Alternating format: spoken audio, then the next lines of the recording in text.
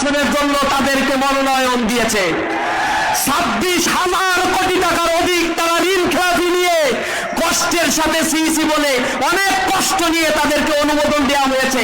কার ইশারায় এই অনুমোদন দেওয়া হয়েছে? কোন শক্তি বলে এই নীতিমালা ভঙ্গ করে তাদের অনুমোদন দেওয়া হয়েছে? জনগণের উপরে আবার চুরি করানোর জন্য, নব্য ফ্যাসিবাদ, নব্য লুটপাটের রাজত্ব করার জন্য আজ তাদেরকে আবার সেই অনুমোদন দেওয়া হয়েছে। আমরা ঘৃণা বলে প্রত্যাখ্যান করছি।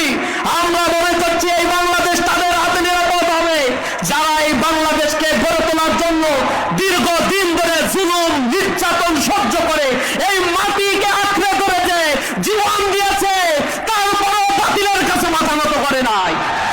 লন্ডনে গিয়া পালাই নাই, আমরা আমেরিকায় গিয়ে পালানোর দরকার হয় নাই আমাদের। জেলখানায় পরে পরে আমরা আল্লাহর কাছে জনগণের জন্য দোয়া করেছি, জুলুমের শিকার হয়েছি, গুমের শিকার হয়েছি, ময়দান আমরা ছেড়ে যাই নাই। প্রিয় উপস্থিতি, জুলাইয়ের শহীদরা রক্ত দিয়েছে, এই রক্তের দাগ শুকাতে না শুকাতে এই শহীদদের রক্তের সাথে আজ গাদ্দারি করা হচ্ছে। হ্যাঁ ভোটের বিপক্ষে ক্যাম্পেইন করা হচ্ছে।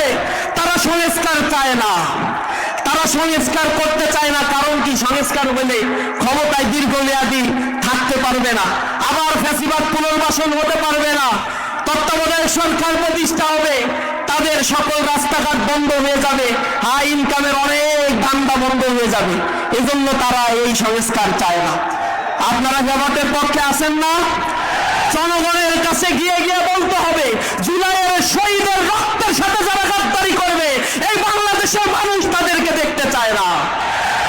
প্রিয় উপস্থিতি, আমরা দীপ্তভাবে বলতে চাই, ভোট যারা কিনতে চায় তাদের ব্যাপারে সতর্ক থাকবে।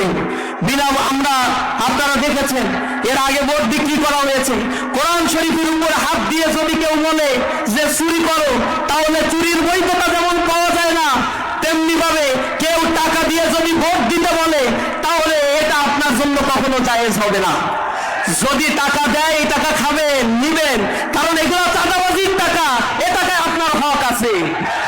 এই টাকা নিবেন, এতে কোনো প্রবলেম নাই, কারণ এই টাকা তারা দিচ্ছে, এই পরিমাণ টাকা বা তার চাইতে কয়েক গুণ টাকা তারা উসুল করবে, এজন্য এই টাকাগুলো দিচ্ছে আপনাদেরকে, বিনা কারণে দেয় না। জামাত ইসলামীর ক্যান্ডিডেটদের এত টাকা নাই, তারা দুর্নীতি করে না, তারা টাকা মানুষের সম্পদ লুটপাট করে নাই। তারা এই জুলাই পরবর্তীতে আপনারা দেখছেন আঙুল ফুলে কলা গাছ হয়েছে, জামাত ইসলামী একটা মানুষও চাঁদাবাজির সাথে যুক্ত ছিল না। তারা বাংলাদেশে প্রমাণ করেছে কেমন বাংলাদেশ তারা দেখতে চায়। নতুন বাংলাদেশের স্লোগান এসেছে, চলো একসাথে আমরা বাংলাদেশ গড়ি, ঐক্যবদ্ধ একটি বাংলাদেশের প্রয়াস নিয়ে পুরো জাতিকে ঐক্যবদ্ধ করবো আমরা ইনশাআল্লাহ। প্রয়োজনে রক্ত দিব, জীবন দিব, ভোটাধিকার প্রতিষ্ঠা করবো, ভোট ঘরে নিয়ে আমাদের ঘরে আমরা যাবো ইনশাআল্লাহ। সকলকে সেই উদাত্ত আহ্বান জানিয়ে আমার কথা শেষ করছি। আসসালামু আলাইকুম ওয়া রাহমাতুল্লাহি ওয়া বারাকাতুহু। ধন্যবাদ সম্মানিত